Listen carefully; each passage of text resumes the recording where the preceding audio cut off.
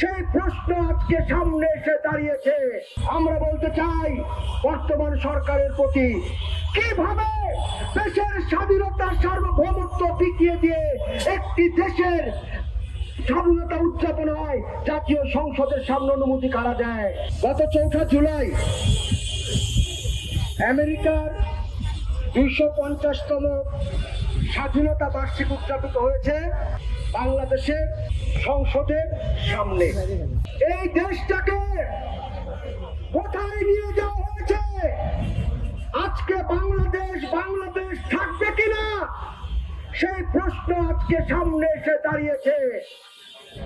আজকে আমেরিকা যারা সারা পৃথিবীতে মানুষ হত্যা করেছে, যারা যুগ যুগ ধরে পৃথিবীর গণতান্ত্রিক মানুষকে হত্যা করেছে, গণতান্ত্রিক অধিকারকে খর্ব করেছে, তাদের স্বাধীনতাকে ধ্বংস করেছে, তাদের স্বাধীনতার বিরুদ্ধে অবস্থান নিয়েছে, আজকে সেই আমেরিকা তারা স্বাধীনতা দিবস পালন করছে বাংলাদেশের জাতীয় সংসদের সামনে দাঁড়িয়ে।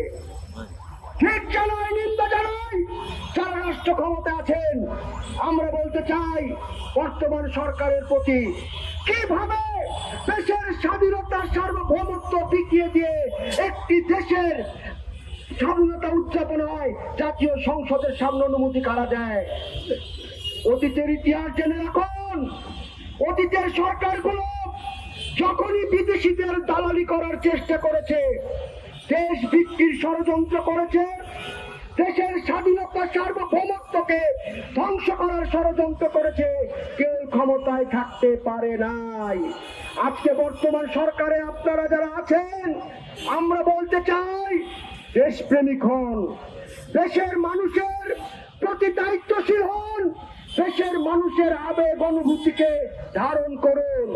কারণ ওই আমেরিকা বা অপর শক্তি, সাম্রাজ্যবাদী আধিপত্য শক্তি আপনাকে বিপদ থেকে রক্ষা করবে না, দেশের মানুষকে আপনাকে রক্ষা করবে।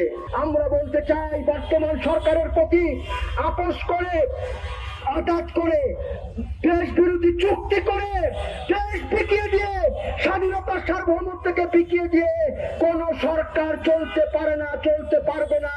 অতীতের ইতিহাস থেকে শিক্ষা গ্রহণ করুন, অতীত থেকে অভিজ্ঞতা নিন। এবং আমরা আজকে সমাবেশ থেকে, বিক্ষোভ মিছিল থেকে বলতে চাই, যারা ওই সংসদ ভবনে অনুমতি দিল তাদের বিরুদ্ধে ব্যবস্থা গ্রহণ করতে হবে, তাদেরকে আইনের আওতায় আনতে হবে এবং দেশের সাথে, বাঙালি জনতার সাথে, বাংলার মুক্তিযুদ্ধের সাথে যারা বেইমানি করলো তাদের বিচার অবশ্যই করতে হবে।